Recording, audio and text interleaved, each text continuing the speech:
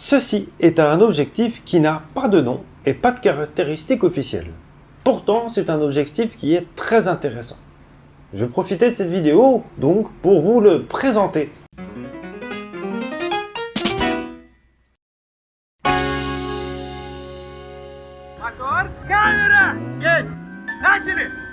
Bien, parlons un petit peu plus de cet objectif que je possède depuis de nombreuses années, mais qui me ravit toujours autant. Alors c'est un objectif que l'on trouve dans les dispositifs périscopiques de vision nocturne. Plus précisément des dispositifs installés dans des chars, donc des chars soviétiques. Alors pour ceux qui ne sont pas vraiment habitués à ce genre de choses, les appareils périscopiques sont donc des appareils qui permettent aux tankistes, aux machinistes, la personne qui est dans le char, de pouvoir observer ce qui se passe à l'extérieur, puisqu'en effet il n'y a pas de toit ouvrant sur ces machines. Alors c'est important de noter que ce sont des objectifs de vision, et non pas des objectifs de photographie. De ce fait, ils ont très rarement des diaphragmes.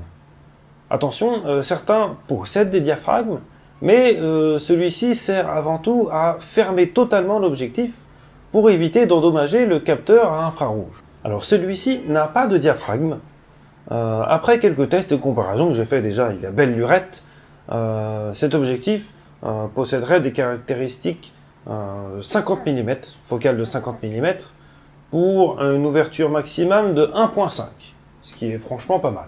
Attention, la plupart de ces objectifs de vision nocturne sont bourrés d'aberrations chromatiques. En effet, ils sont calculés pour avoir de meilleures performances sur les infrarouges. Celui-ci, pourtant, n'a aucun problème d'aberration chromatique, enfin presque aucun, ce qui est plutôt une bonne nouvelle. Alors, d'un point de vue collection, cet objectif a très peu d'intérêt. En effet, il n'a pas de nom, pas de caractéristiques, aucun logo d'usine, rien. Donc, en gros, personne ne le connaît et personne ne le cherche. Alors de ce fait, j'ai eu, moi, la chance de le trouver un jour par hasard, parce que justement, j'aime beaucoup acheter des objectifs qui sont inconnus ou qu'on ne peut pas identifier. Alors j'ai trouvé celui-ci en Ukraine, il y a très très longtemps, donc j'ai acheté pour 1,50 €. Pour un f1.5, c'est plutôt intéressant. Mais là où ça devient intéressant, c'est que cet objectif couvre le plein format. Et oui, il a une formule optique relativement proche du Jupiter 3, comme vous pouvez le voir sur ce petit schéma, mais pas exactement. Je pense que c'est un dérivé du Jupiter 3 ou quelque chose comme ça. Alors il reste bien sûr la question que tout le monde se pose, l'adaptation. Comment adapter cet objectif? Et je vais y répondre tout de suite. Tout d'abord, il faut savoir que cet objectif ne s'adapte que sur des appareils photo hybrides. En effet, le tirage optique, c'est-à-dire la distance nécessaire entre le capteur ou le film et le cul de l'objectif, est trop courte pour pouvoir s'installer sur un réflexe, ou alors pour avoir la macro, mais ça n'a absolument aucun intérêt d'utiliser un objectif comme ça pour la macro, il n'y a même pas de diaphragme. Non. Mais sur A7, sur Alpha 7, ça ne pose pas grand souci. Alors bien sûr il faut une bague de conversion parce que ici vous voyez j'ai déjà la bague que mon master m'a faite, mais c'est une bague relativement simple qui va du pas de vis au M42. Il suffit ensuite de l'installer sur une bague chinoise. De ce fait ça devient beaucoup plus simple. Voilà, c'est vissé et voilà, après on a la bague de mise au point ici comme ça et on peut faire les mises au point de l'infini jusqu'au close focus sans aucun souci. Alors parlons de la qualité optique de cet objectif. Question que tout le monde se pose. Eh bien, mesdames et messieurs, chers compatriotes, je tiens à vous annoncer que c'est franchement pas mal. Bon, bien sûr, ce n'est pas un objectif de très haute qualité. Le piqué n'est pas vraiment très folichon, mais il est bien assez piqué pour se faire plaisir. Il a pas mal de coma. Et le contraste est un peu palichon. Mais par contre, ce qui est là où ça devient intéressant, c'est le caractère, le bokeh, comme disent certains. Alors, il ne tourne pas. Ce n'est pas un Helios, il tourne pas, il n'y a pas de raison qu'il tourne, il tourne pas. Mais par contre, il est très très dynamique. Et ça, je pense que ça plairait à pas mal d'aficionados, des bokeh un peu spéciaux. Personnellement, c'est un objectif que j'aime beaucoup pour les sujets rapprochés, voir les portraits. Le portrait, ça commence à être un petit peu limite, surtout qu'il a une colorimétrie très, très froide. Eh bien, je vous propose, mesdames et messieurs, quelques images que j'ai pu faire avec ce petit objectif sur mon Alpha 7.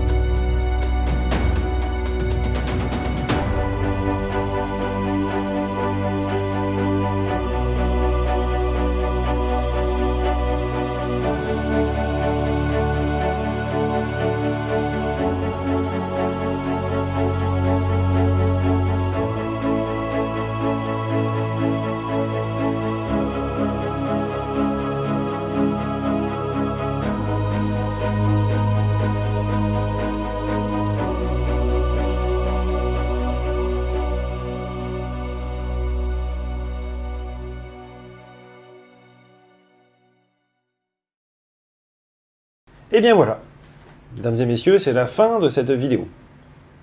J'espère, comme d'habitude, avoir été assez clair et précis dans mon propos.